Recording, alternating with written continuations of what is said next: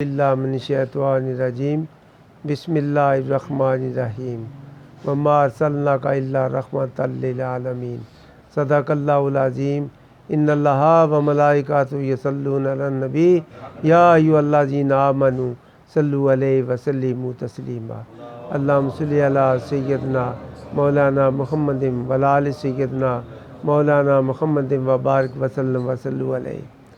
میرے انتہائی واجب الاحترام راہ حق کے مسافر عاشقان رسول، میرے آقا کے اس جشن میں حصہ لینے والے انتہائی قابل قدر سب کو میری طرف سے انتہائی مودبانہ السلام علیکم۔ میں نے جو ایک بڑی شان والی، بہت شان والی ایک آیت جو پڑھنے کا شرف حاصل ہوا ہے کہ اللہ تبارک تعالیٰ نے یہ اعلان کر دیا کہ میں تمہارے لیے رحمت للعالمین بنا کر اپنے محبوب کو آپ کی طرف بھیجا ہے۔ تو میرے آقا حضور سے پہلے جو کفر اور جہالت کی سیاہ گھٹا تھی، کسی کو یہ بھی نہ پتہ تھا کہ عبادت کے لائق کون ہے، ہمارا پروردگار کون ہے۔ کوئی تو بتوں کی پوجا کرتا تھا، پتھر کے بت بنائے تو اسی کی پوجا کرنے لگتا۔ کوئی سورج کو چمکتا دیکھ کر سورج کی پوجا کرنے لگا۔ کسی نے چاند کو دیکھا تو چاند کو پوجنے لگا۔ کچھ لوگوں نے ستاروں کو دیکھا، جیسے نجومی کو کہتے ہیں، تو ان کے حساب و کتاب میں پڑے رہے تو ستاروں کو پوجا کرنے لگے۔ کوئی جانوروں کی پوجا کرنے لگے، کوئی سانپ کی پوجا کرنے لگے۔ یہ بھی نہ پتا تھا کہ ہم نے پوجا کس کی کرنی ہے، ہمارا پروردگار ہے کون ہے۔ مگر جب میرے آقا حضور تشریف لائے تو نبوت نور نے ایک جب وہ شمع جلی تو کفر اور جہالت کی وہ گھٹا سیاہ وہ چھٹ گئی، تو پتہ چلا کہ پروردگار تو کائنات کا مالک کوئی اور ہے، ہم تو کسی اور کو پوجا کرتے رہے۔ وہ جو اس وقت عورتوں کے ساتھ جو برا ہوا کرتا تھا کہ مصر کے بازار میں عورتوں کو جا کر فروخت کیا جاتا، تو جو چاہتا وہ لے جاتا، نہ جانے وہ کس کی بیٹی، کس کی بہن، کس کی ماں، وہاں یہ حالت ہوا کرتی تھی۔ عورت کو اتنی تذلیل دیا کرتے تھے وہ لوگ کرتے، اور جو بچیاں پیدا ہوتی ان کو زندہ درگور کر دیا جاتا۔ تو تھوڑا سا معاوضہ لینا اور بچی چیخ و پکار کرتی رہی، مگر وہ زندہ درگور کر دیا۔ حضور جب تشریف لائے تو یہ کفر اور جہالت کے تمام رسومات وہ چھٹ گئی، اور نور نبوت نے وہ چراغ جو شمع کیا، اس میں تھوڑا آگے جاؤ، اس میں اس روشنی کے ساتھ ہمیں انسانیت کا سبق ملا۔ جو نماز ہے یہ 10 نبوی کو فرض ہوئی ہے ہم پہ۔ کتنا؟ 10 نبوی کو 10 سال بعد جو تبلیغ ہے، جو میرے آقا حضور کی نبوت کا اعلان کرنے کے بعد کتنی ہے؟ 23 سال۔ کتنی؟ 23 سال۔ 40 سال تک خانہ کعبے کے قریب سے میرے آقا حضور تشریف لاتے تو غار حرا میں جا کر اپنے پروردگار سے ہم کلام ہوتے۔ یہ وہاں اللہ کائنات کے مالک اور اس کے رسول کی باتیں، وہ جو انسانیت کا جو درس تھا وہاں ملتا رہا۔ تو 40 سال کے بعد میرے آقا حضور نے نبوت کا اعلان کیا، اور نبوت کے اعلان کے بعد 10 سال کے بعد نماز ہم پہ فرض ہوئی۔ وہ کب ہوئی؟ جب معراج ہوا، معراج کے دن نماز فرض ہوئی 10 سال کے بعد۔ اس کے بعد پہلے کیا تھا؟ صرف انسانیت اور رحمت للعالمین جب وہ بنا کر بھیجا، اس رحمت کے نور نے ساتھ تمام زمین، آسمان، عرش و فرش، شجر و حجر، درندے اور جانور اور پرندے سب کے لیے رحمت ثابت ہوئے۔ تو ایسے ہوا کہ اس وقت حضور کے دور میں نماز نہ تھی۔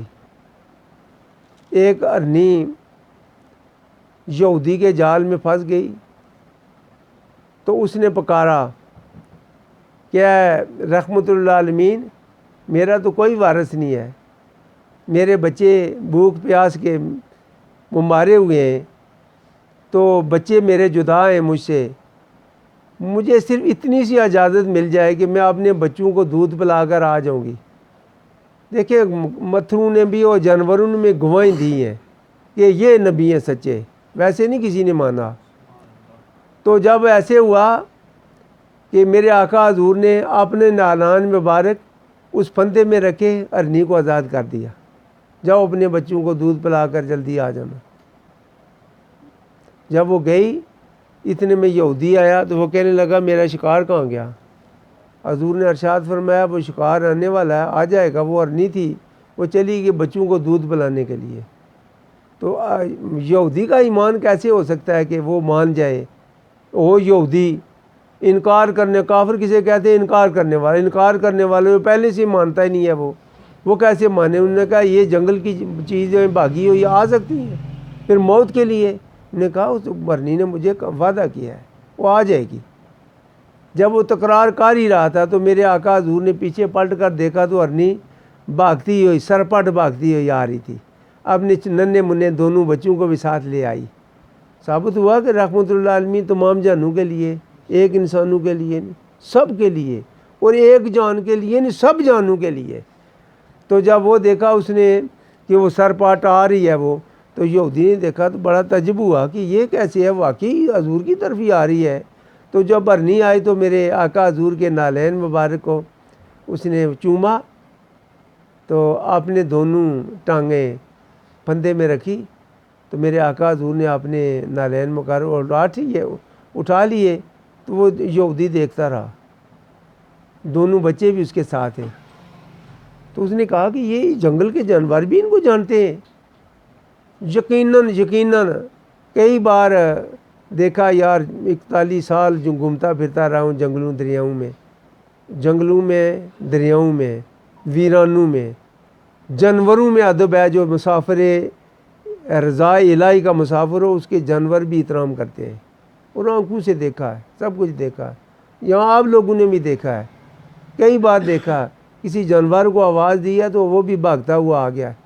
میں تو کسی کام کا نہیں ہوں، میں تو صرف نبی کے غلاموں کا ایک ادنا سا غلام، غلاموں کا بھی غلام، ان کے قدموں کی خاک بھی نہیں ہوں۔ مگر کئی بار دیکھا کہ ایک بکری یہاں مجھے پکار رہی تھی بار بار۔ میں نے کہا مجھے کیوں پکار رہی ہیں بھائی، کیا وجہ؟ میں نے دروازے میں کھڑے ہو کر دیکھا تو اس کے گرد دونوں کتے اس پریشان کر رہے، تو وہ بچے دے رہی تھی، سو رہی تھی، وہ بچے جنم لے رہی تھی، تو مجھے بار بار پکارتی رہی۔ بکری کس کی تھی؟ میرے مخالفین کی، مگر انہوں نے اپنے مالک کو نہیں بلایا، مجھے بلا لیا، ادھر آ جاؤ بابا یہ مجھے کتے جو ستا رہے ہیں۔ تو میں نے جب ایسے کیا ان کو کہا کہ جائیں ان کو وہ کتوں کو پیچھے کریں تو ان کو بچے جو ہے نا جننے دیں اس بکری کو۔ بکری نے بچے دیے۔ بکری کے بچے بعد ہونے کے بعد بھی جب بھی کوئی بکری آئی تو وہاں کھڑے ہو کر نا میرے دروازے کی طرف منہ لگا کر تو دیکھتی رہتی رہی۔ میں نے ایک بار دیکھا کہ رحمت اللہ عالمین کے ہم امتی ہوں، تو یار ہمیں کچھ شرم تو کوئی یاد ہونی چاہیے کہ جانوروں پہ ہم سختی کریں۔ تو میں نے ایک بار ایسے کیا کہ یہ ہر روز بکری یہیں آ کر دیکھتی رہتی ہے، تو میں نے ایک پانی کا ایک مگا وہ بھرا تو اس کے سر پہ لگا دیتا ہوں، گرا دیتا ہوں۔ تب ایسے ہوا تو مجھے خیال آ گیا یہ بکری کس کی ہے جس کی تو ہے، تو بھی اسی کا، بکری بھی اسی کی، یہ فریاد تو اسی کو کرے گی۔ تو میں نے ایسے کیا کہ وہ اپنا پانی کا مگا وہیں گرایا تو شرمندہ ہو کر اندر چلا گیا۔ اس کے بعد بکری نے کہا کہ اچھا بابا تو مجھ سے پہ ناراض ہے، میں دوسری بار آتی نہیں ہوں۔ اس کے بعد بکری نہیں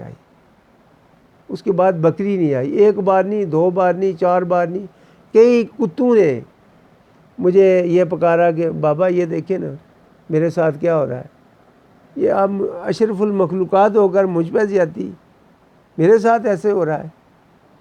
منتے تو ہم اشرف المخلوقات ہیں، مگر عقیر سے عقیر جانور اس پہ بھی ظلم کرنا، اس کو پتھر مارنا۔ وہ سویا بیچارہ ساری رات، ہماری حفاظت کرتے کرتے گلی کوچہ گھومتا پھرتا رہا۔ شام کو ایک خشک روڑی پہ جا کر سو گیا، تو پھر کیا اسی سوئے ہوئے اوپر سے پتھر دے مارا۔ ٹوں ٹوں روتا روتا بھاگتا ہوا گیا تو پیچھے سے ہم ہنسنا شروع کر دیا۔ میرا نشانہ بڑا ٹھیک لگا۔ آئے افسوس یار، صرف اور کچھ نہ بنے، صرف انسان بن جائیں۔ اگر آپ پہ دوزخ کی آگ حرام ہو جائے گی، صرف انسان بنے، باقی چھوڑیں یار، سنی کیا تو وہابی کیا تو یہ، پہلے انسان تو بن لیں، انسان بن جائیں اگر۔ کیونکہ میرے آقا حضور نے 10 سال تک انسانیت کا درس دیا ہے، رحمت للعالمین کا ترجمہ کیا ہے، جانوروں پہ بھی شفقت کی ہے۔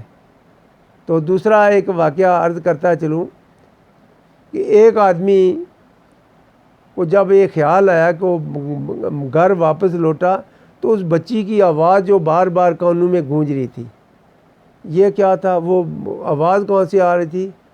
سپیکر رسول سے، کیونکہ ان کی نبوت کی روشنی نے وہ آواز کو کیچ کیا، اس کے کانوں میں ڈالا، تو بار بار یہ وہ بچی جو اس نے زندہ درگور کی، اس کی آوازیں آ رہی ہیں۔ تو اس نے سنا کہ رحمت للعالمین کے 2 دروازے پہ جاتا ہوں، بخشش ہو جاتی ہے، میں بھی جاتا ہوں۔ اور کئی وہ گاؤں والے بستی کے کئی بچیوں کو 1 کلو یعنی 1 سیر آٹا، سا آٹا وہ لے کر نا کئی بچیوں کو اس نے زندہ درگور کر چکا تھا پہلے۔ تو جب اپنی بچی آئی تو ایسے ہوا کہ بیوی بیمار ہوئی، امید میں تھی، تو وہ ملک شام میں چلا گیا۔ شام کا بڑا ذکر ہے ہماری تاریخ میں۔ ملک شام میں چلا گیا مزدوری کرنے کے لیے۔ وہاں سے کچھ عرصے بعد واپس لوٹا تو بیوی کو یہ کہہ کر گیا تھا کہ اگر بیٹا ہوا تو اس کی پرورش کرنا، اگر بیٹی ہوئی تو اسے زندہ درگور کر دینا۔ ماں کی ممتا کب ایسے کر سکتی تھی؟ تو جب بیٹی ہوئی تو ماں نے اس کو پوشیدہ رکھا، تو اس کی پرورش کرتی رہی۔ 3 سال کے بعد جب وہ واپس لوٹا تو دروازہ کھٹکھٹایا، تو اسی ننھی منی بچی نے اس کا دروازہ کھولا تو دیکھا بڑی خوبصورت سی بچی ہے، یہ کون ہے؟ تو بیوی سے پوچھا یہ کون بچی ہے؟ تو اس نے ڈر کے مارے کہا کہ یہ تو زندہ درگور کرنے والا بچی کو مار ڈالے گا۔ تو اس نے کہا کہ یہ پڑوسن کی بچی ہے، ہمارے پڑوس میں جو ہے ان کی بچی ہے۔ تو وہ ان کے ساتھ کھیلتا رہا، چونکہ اپنے تخم کی بچی تھی تو اس کو پیاری تو لگتی تھی، تو بڑا لطف اندوز ہوتا اس سے کھیل کر۔ ایک دن اس کا ایسے آیا کہ وہ بچی دیر سے آئی، تو کہنے لگا بیوی کو جائیں وہ بچی کو لے کر آئیں، تو میں جب اس سے کھیلتا ہوں تو مجھے بڑا سکون ملتا ہے۔ تو بیوی نامراد بیچاری، اس کو یہ نہ پتا تھا کہ میرے ساتھ کیا ہونے والا ہے، تو وہ کہے گی کہ یہ تو آپ ہی کی بچی ہے، میرے بس میں یہ نہ تھا کہ میں اپنی لخت جگر کو فرزند کو سپرد خاک کروں، یہ آپ ہی کی بیٹی ہے۔ تو جب آیا خاموش ہو گیا، بیچی سے ملا پر اس سے آنکھیں چرانے لگا، کہنے لگا اسے تیار کریں ابھی ابھی، چونکہ پورے علاقے کی بچیاں میں نے زندہ درگور کی ہیں، تو یہ لوگ کہیں کہ اپنی بچی کی جو اس کا باری ہے، تو اس بغیرت نے اپنی بچی کو نہیں قتل کیا۔ غیرت کی بنا پہ ہم بڑے غیرت مند ہیں، بچیوں کے عورتوں سے زیادتیاں کرنا، ہم بڑے غیرت والے ہیں، افسوس سے یہ کہنا پڑتا ہے۔ تو اس نے یہ کیا کہ اسے ابھی ابھی تیار کریں اور میرے ساتھ بھیجیں، اس کو کہیں کہ ہم دعوت پہ جانا ہے۔ بچی نے نلایا، اس نے کہا کہ اتنی اجازت دے دو مجھے کہ میں اس کو غسل دوں تو کپڑے اچھے پہنا لوں، تو اس کو میں اپنے شان سے تمہارے سپرد کروں گی۔ اس کو غسل دیا، اچھے کپڑے پہنائے، وہ کنگھی کرتی تھی بیٹی کی، تو وہ ساتھ ساتھ رو بھی رہی تھی۔ تو بیٹی نے پوچھا مما میں تو بڑی خوش ہوں آپ نے مجھے نئے کپڑے پہنائے، آپ کیوں رو رہی ہو؟ کیا وجہ ہوئی ہے؟ آپ کیوں روتی ہو؟ کیا بیچاری بتائے کہ آپ بیٹا آپ کے ساتھ کیا ہونے والا ہے؟ بیٹے ماں نے کہا کہ مجھے آپ خوبصورت لگ رہی ہو تو اس لیے میں چوم رہی ہوں، تو اس لیے میں رو بھی رہی ہوں، آپ بڑی اچھی لگ رہی ہو، خوبصورت لگ رہی ہو۔ تو آپ نے پپا کے ساتھ جانا کسی دعوت پہ، تو اس لیے نلایا بھی ہے، اس کو ایک چادر بھی دی، بچی نے سینے سے لگایا، چوما، تو اس ظالم باپ کے ساتھ لگا دیا۔ جب راستے میں گیا تو بچی نے کئی بار اصرار کیا، ابا مجھے بھوک لگی ہے تو مجھے کھانے کو لیے کچھ دو، مجھے پیاس لگی ہے، مجھے تو کوئی پانی کا ایک گلاس مجھے دے دو۔ تو کہنا آگے آئے گا، وہ ایک بازار آئے گا تو وہ لے کر دوں گا۔ کئی بار اس نے اصرار کیا مگر اس کے کانوں تک کوئی بات نہ پہنچی۔ ایک ویرانے میں گیا، ایک ہاتھ میں اس نے وہ رمبا رکھا تھا، اس رمبے کے ساتھ وہ گڑھا کھودنے لگا۔ جب وہ گڑھا کھود رہا تھا تو وہ پاس بیٹھی دیکھ رہی تھی، تو جب ایسے ہوا کہ وہ مٹی جو ہے اس کے باپ کے جو کپڑوں پہ پڑتی تو وہ اپنی ننھی منی چنی کے ساتھ چادر کے ساتھ اس کے کپڑے صاف کرتی۔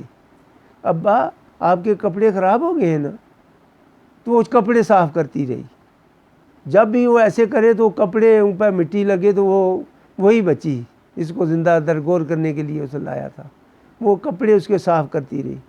آخر جب گڑھا مکمل ہوا تو اس نے اٹھا کر اس گڑھے میں پھینکا، تو اس نے بار اصرار کیا، اگر میرے ابو اگر مجھے پالنے سے قاصر ہیں تو مجھے یہیں پہ چھوڑ دو، مجھے نہ مارو، مجھے نہ مارو، میں نے کیا قصور کیا، میں نے کیا جرم کیا ہے؟ اگر مجھے کھانا نہیں دینے سے قاصر ہو تو مجھے یہیں جنگل پہ چھوڑ دو، میں نے کوئی قصور نہیں کیا، مجھے یہیں پہ چھوڑ دو۔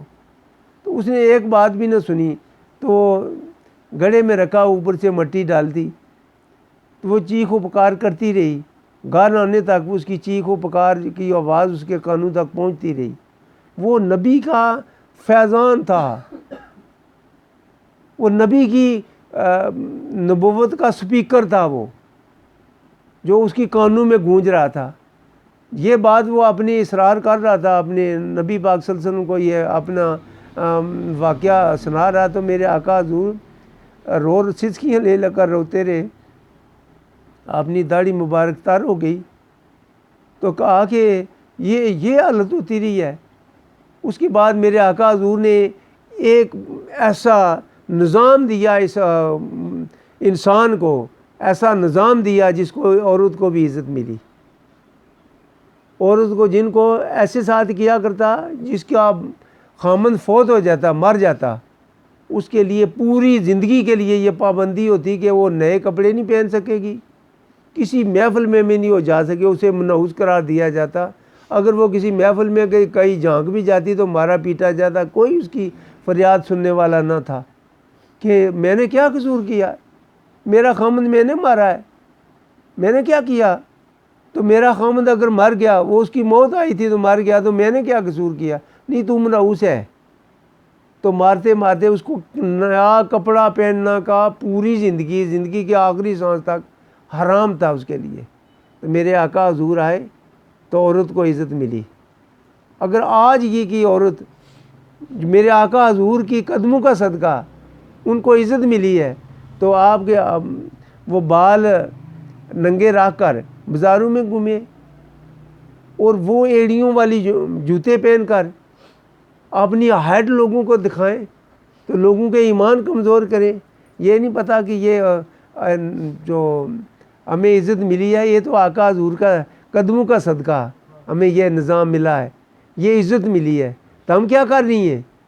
ہمیں تو چاہیے زندگی میرے آقا حضور کی زندگی کا ایک ایک لفظ، ایک ایک ادا کو اپنی زندگی کا ایک نمونہ بنا لے۔ تو ہمیں تو یہ چاہیے تھا کرنا، مگر ہم کر کیا رہے ہیں؟ حالت ہماری کیا ہے؟ اور جانور بھی میرے آقا حضور کو پہچانتے تھے۔ ایک دفعہ کا ذکر ہے کہ صبح کی نماز فجر کی میرے آقا حضور نے پڑھائی، اور سارے صحابہ کرام غلام رسول جتنے بھی ہیں ساتھ ساتھ مسجد نبوی سے باہر تشریف لے گئے۔ آگے دیکھا تو 100 بھیڑیا قطاروں میں کھڑا ہوا، وہ بیٹھے ہوئے ہیں۔ تو جب میرے آقا حضور کو دیکھا تو سب آوازیں نکالنے لگے، زور زور سے آوازیں نکالنا شروع کر دی، جیسے وہ کوکے لگاتے ہیں، زور زور سے آوازیں نکالنا شروع کر دی۔ تو میرے حضور نے ارشاد فرمایا، میرے غلاموں پتہ ہے یہ آپ کو کیا کہہ رہے ہیں؟ کہ اللہ اور اللہ کا رسول جانے، ہمیں تو کوئی پتہ نہیں۔ تو کہا کہ یہ کہہ رہے ہیں کہ ہماری خوراک ہے گوشت کھانا، ہم فروٹ وغیرہ تو نہیں کھا سکتے، مگر آپ کے غلاموں کی بکریاں ہم کیسے کھائیں؟ ہم یہ مجال ہے کہ آپ کے غلاموں کی بکریاں ہم کھا جائیں؟ ان کو اگر کہیں کہ ہمیں تحفے کے طور پہ کوئی ایک دن مقرر کر لیں کہ ایک کوئی ہمیں بھی خوراک کو دے دیں، تو اصحابہ کرام رضوان اللہ علیہ اجمعین سے میرے آقا حضور نے حکم فرمایا۔ تو وہ سچے لوگ تھے، پاک لوگ تھے، جھوٹ فراڈ سے پاک تھے۔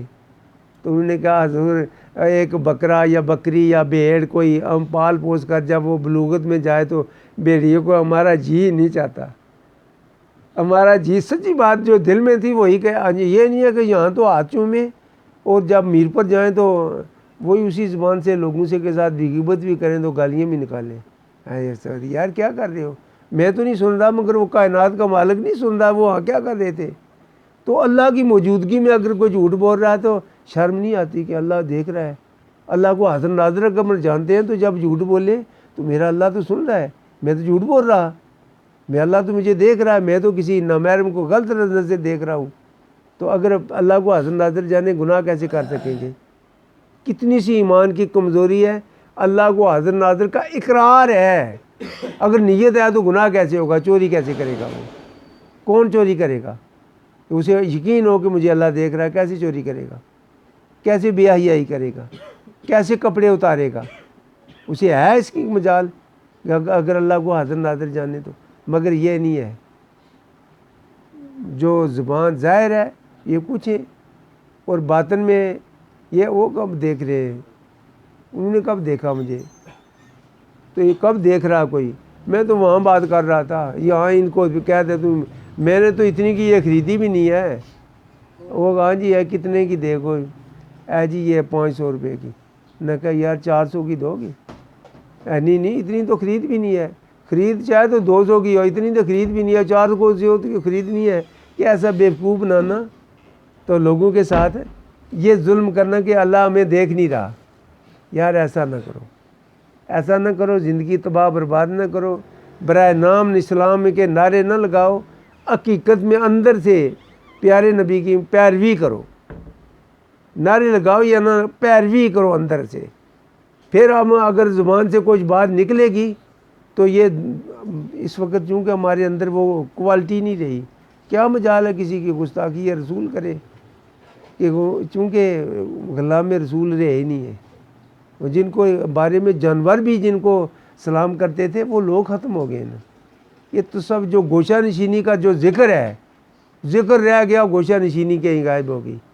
تصوف کسے کہتے ہیں؟ گوشہ نشینی مجمع کو کہتے ہیں، نعرے کو کہتے ہیں؟ یار گوشہ کہتے کسے ہیں؟ گوشہ نشینی کون سی چیز ہے؟ جو گوشہ نشین کا تھا کام اولیاء اللہ کا وہ نہیں ہمارے اندر، وہ رہا نہیں ہے۔ ایک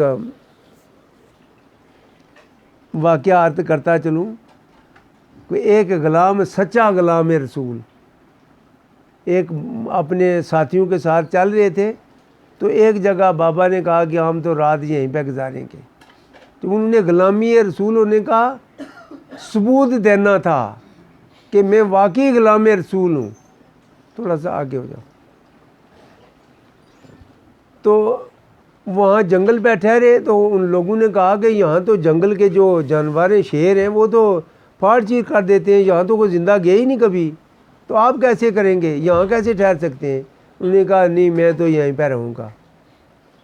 تو جو مرید تھے وہ چونکہ زہر ہے وہ کیفیت قلب وہ ان کی تو نہ تھی، انہوں نے کہا بابا جی حضور ہم آپ کو اٹھا لیتے ہیں تو جنگل سے چلے جاتے ہیں، باہر جا کر ہم گزارا کر لیں گے، جنگل سے دور چلے جاتے ہیں۔ تو ان بابا نے کہا نہیں میں یہیں پہ رہوں گا۔ تو اتنے میں شیروں کا ایک جھنڈ وہ سامنے آیا، تو ان کو دیکھنے لگا تو بڑے منہ کھولنے لگے، واسیاں لگانے، ہمارا تو شکار آ گیا، ہمیں تو شکار ملے گا۔ تو سارے کے کانپنے لگے کہ بابا حضور دیکھیں نا وہ شیروں کا جھنڈ آ گیا. تو بابا نے کیا کرنا تھا؟ ثبوت دینا تھا کہ میں غلام رسول سچا ہوں. یہ ثبوت دینا تھا. شیروں کی کیا مجال تھی؟ تو بابا نے کہا کہ آپ بہت ڈرتے ہو. انہوں نے کہا ہاں جی ہم تو کانپ رہے ہیں, ڈر کے ہمارا تو پسینہ نکل گیا ہے, ہم تو خوف زدہ ہیں. بابا نے کہا مجھے کھڑا کرو. کھڑا ہونے کی طاقت نہ تھی, مگر کمزوری بدن میں یہ اور پاور یہ کہ کائنات کا مالک اس کی بات مان لیتا. جب کھڑے ہوئے تو وہ بابا نے کہا اے جنگل کے شیروں, اے درندوں, یہاں بھاگ جاؤ یہاں سے. جس طرف انہوں نے ہاتھ کیا اسی طرف وہ فوراً انہوں نے پلٹے تو شیر بھاگنے لگے. تو دیکھا جو کیڑے مکوڑے ہیں نا رینگنے والے, وہ بھی اسی طرف جا رہے ہیں جہاں نے بابے نے ہاتھ جس طرف کیا. دیکھا سچے مسلمان بن جاؤ, سچے مسلمان بن جاؤ. اگر سچے مسلمان بن جاؤ کیا کسی کی مجال ہے؟ وہ کہیں گے سچا دین ہی یہی ہے, ہمیں بھی اسی دین میں داخل کرو. یہ پتہ ہلاکو خان کون تھا؟ جانتے ہیں نا ہلاکو خان کون تھا؟ یہ ہلاکو خان وہ تھا جس نے اسلام دشمنی میں ایک بہت بڑا ریکارڈ بنایا. اسلام دشمنی میں جو بھی اسلام کا نام لیتا سرم قلب کر دیتا. ہلاکو خان چنگیز خان کا بیٹا تھا, وہ جسے چغتائی نہیں ہم کہتے, ہم بڑے فخر سے کہتے ہیں ہم چغتائی ہیں, ہم بڑی شان والے, بڑی قوم ہے ہماری. دیکھیں ہمارا عمل کیا ہے, تو نام کیا تو کام کیا. تو وہ ایسے ہے کہ ہلاکو خان نے کافی خاص کر عراق میں ہمیشہ انقلاب آیا کرتا ہے اور آتا رہے گا ہمیشہ. یہاں سے پھر بھی ایک کوئی نہ کوئی نمودار ہوتا رہے گا, جیسے شیخ سید عبد القادر جیلانی اور حضرت یہ نعمان جو ہے جن کو ابو حنیفہ کہتے ہیں, ان کا نام کیا ہے؟ نعمان. یہ ابو حنیفہ اپنے امام کا نام بھی نہیں پتا, اللہ معاف کرے, یا ویسے ہم سچے عاشق ہیں. تو یہ ایسے لوگ وہیں سے اللہ تبارک تعالیٰ نے ظاہر کیے ہیں. تو جو خلیفہ وہاں جو اس کو شہید کر دیا, تو تمام جتنے بھی علماء تھے ان کو بلایا, تو کہا کہ بلاؤ نا اپنے خدا کو, بلاؤ اپنے خدا کو. تو گھوڑے پہ بیٹھا, ہاتھ میں تلوار تھی, اس کے گھوڑے کے گلے میں منکے تھے, موٹے موٹے منکے, تاکہ اسے تلوار بھی لگے اس کا سر نہ کٹ جائے, یعنی اس کی دفاع کے لیے تھا. تو وہ نیمبو کے ساتھ کھیل رہا تھا, نیمبو ہوا میں اچھالتا تو کیچ کرتا. تو سارے جتنے بھی ہیں نا گردن جھکائے, مولوانا صاحب حلوے والے سارے مولوی وہ سارے نیچے ہو گئے. ایک بابا کھڑے ہوئے تو اسے کہنے لگا ہلاکو خان اللہ سے ڈر, اللہ سے ڈر. وہ کون سا اللہ؟ اللہ سے ڈر. نہ جانے کہ تمہارا یہ جو نیمبو ہے یہ فضا میں آپ کو کیچ کرنے سے پہلے تمہاری جان لے لے, اس سے ڈر. تو جب ان نے جو نیمبو ہوا میں اچھالا تو نیمبو اوپر نہ گیا, وہ نیچے گر گیا. نیچے ہو کر اٹھانے لگا تو گھوڑا بھاگنے لگا. اس کا پاؤں جو ہے ہلاکو خان کا اس رکاب میں پھنس گیا, گھوڑے کے رکاب میں پھنس گیا. تو وہ گھوڑا جیسے جیسے اس کے قدموں میں لگا وہ بھاگتا جائے. ذلت کی موت, خواری کی موت مرا. مگر ایک بابا جس کے اپنے قدموں سے کھڑا ہونے کی طاقت نہ تھی, اس نے کہا کہ ہلاکو تو اللہ سے ڈر, یہ جو تو کہہ رہے ممکن ہے تمہارا نیمبو زمین پر آنے سے پہلے تمہاری جان لے لے. مگر علماء اکرام جو حلوے والے مولوی ہیں نا میری طرح, کھا کے حلوہ کھا کے تو اوشی نہیں رہی کہ دین مارا کیا ہے, وہ نیچے گردن جھکا کے. ایک بابا کھڑا ہوا تو اس نے یہ کہا, تو بابے نے یہ ثابت کر دیا نا کہ میں غلام رسول ہوں, میں کوئی معمولی آدمی نہیں ہوں, میں بڑی پاور والا ہوں. تو ایک واقعہ اور عرض کرتا چلوں. ایک اصحابی رسول تھے, تو ان کا سفر ایک جنگل سے ہوا, تو آگے سے شیر آ گیا. تو انہوں نے کہا کہ میں اگر بھاگوں تو ابھی یہ تو پکڑ لے گا, میں ان سے بھاگ تو نہیں سکوں گا. اگر میں کہیں اور جاتا ہوں تو تبھی یہ تو نہیں مجھے چھوڑے گا, تو میں کیا کروں؟ سینہ تان کر سامنے کھڑے رہے. تو کہا کہ ایک اسے دھمکی ضرور دوں گا. ایک دھمکی ضرور دوں گا میں بھی. شیر نے جب اسے وہ کہا نا، اس کی آواز نکالی نا، تو جو غلام ہے سچا غلام تھا، میرے آقا حضور کا سچا غلام تھا. انہوں نے کہا میں بھی کوئی معمولی نہیں ہوں، میں غلام رسول ہوں، میں غلام رسول ہوں، میں معمولی نہیں ہوں، تمہاری کیا مجال میری کی طرف دیکھنے والے. تو اسی وقت شیر بھی شرما کر، مگر آج انسان کو شرم نہیں آ رہی. شیر کو بھی شرم آئی تو اپنا راستہ چھوڑا تو وہ چلے گئے. دیکھیں میں یہ کہہ رہا ہوں ایمان کی پوری قوت سے سچے مسلمان بنے، تاکہ اندر وہ اللہ کی قدرت اور پیارے نبی کا نبوت کا وہ چراغ اسے اجاگر کریں، نبی کی محبت کا جھنڈا بلند رکھیں، آگے بڑھیں. کوئی دنیا کی کوئی مجال نہیں کہ وہ آپ کے سامنے بھی آئے. مگر افسوس یہ ہے کہ سوائے نعرے کے علاوہ وہ ہمارے اندر کوالٹی نہیں رہی.